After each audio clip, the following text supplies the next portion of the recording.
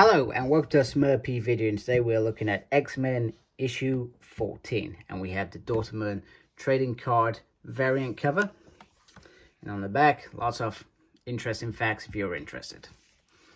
Now, after last issue from Gerry, I wasn't looking particularly forward to this. However, I have changed my thoughts, etc. So we get this quote from Iceman: "No holding back," and the story begins with a news article about Iceman saving the world. But her editor tells her to lose the gay angle now and just focus on the saving element and not the person who's done the saving. So I will get more into that later on into the issue. So our story begins not with Celestials, etc. It begins with a spaceship about to drop a torpedo into the sun, which it does. However, Cyclops and Magic arrive on there, and we learn that these folks from Games World, which was put out of commission in the first run, so maybe they're bringing that back in a different way, perhaps. And it talks about the odds on destroying the Earth.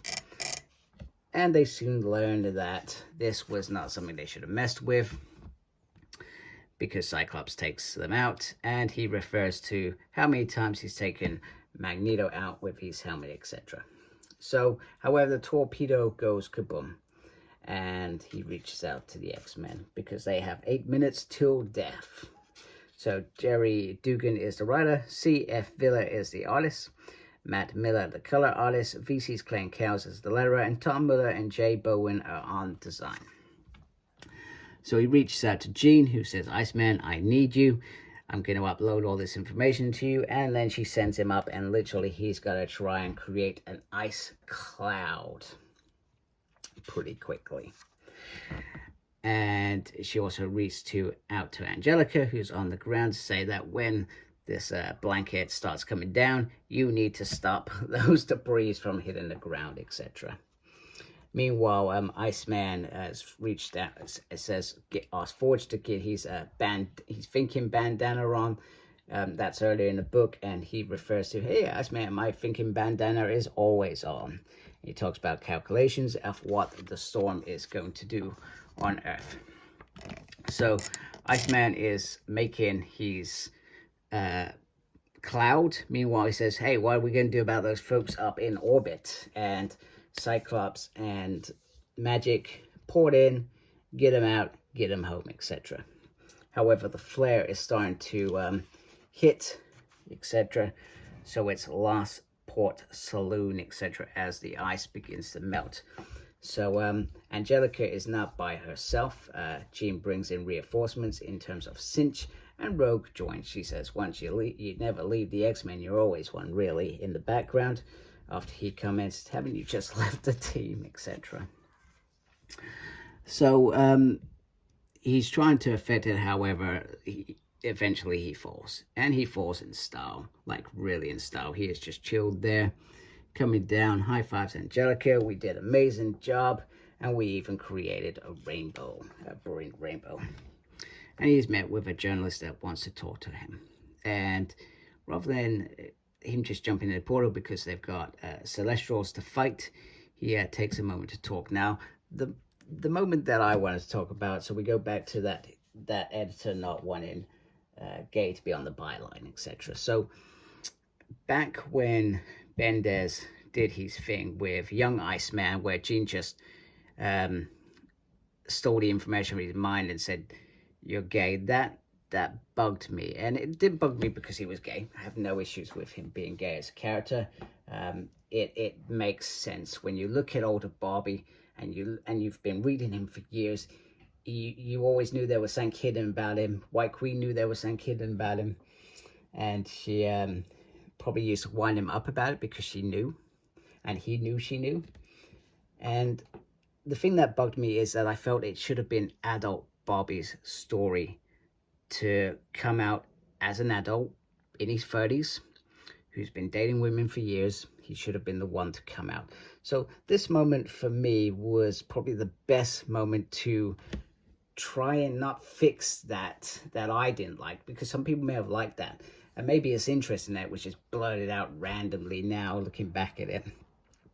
But he goes on to say about how he grew up with these gifted youngsters, and they were concerned about the hate that was out there in the world, and that how they had to be perfect.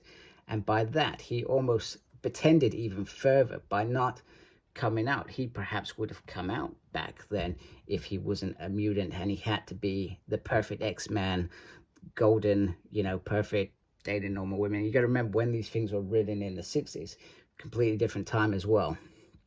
So I find it fitting that he did this, that he talks about how he hid these things, and that he's a mutant, he's a gay man. And also he says that he spends more time in his ice form than reverting back to normal, because he's proud to be mutant as well. So I thought this was a really good thing that Gerry took for some of us fans who've been reading Iceman for many years, who perhaps didn't like the way it came out. In hindsight, it happened, it was there. I don't think anyone had an issue with it. I just felt, me personally, I felt like it should be an adult Iceman story, not blurted out like that, if that makes sense. So yeah, good, I like that. So she then goes on to say, look, you either tell the story how I've written it with the byline, or you don't tell it at all. Just to coddle your narrow-mindedness, so to speak. And he says to it, he says, I wish I could remember when exactly it was. I don't know what that refers to. Anyway, the final part of the story is the crossover bit where Cyclops goes to be judged by this Celestial. And Cyclops then says, the only person, this is also a great moment, the only person that could judge me in my life is my wife, and sometimes the X-Men could give me stick. So, you know what? We're going to take this somewhere else. And that's it. So he gets the thumbs up.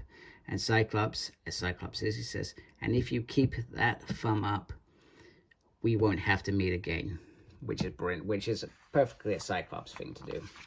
So, great issue. Glad to see Gerry's back at it with a proper, decent X story. Threat on the Earth. They come together, and there's some character development in there as well, which is great. And it just feeds into that bigger story a little bit better than the last issue, which is great. So if you like my channel, please subscribe. I'd really appreciate that. Thank you to those that subscribe already. Make sure you look after yourself, very important. And as always, embrace geekiness. Take care. Goodbye.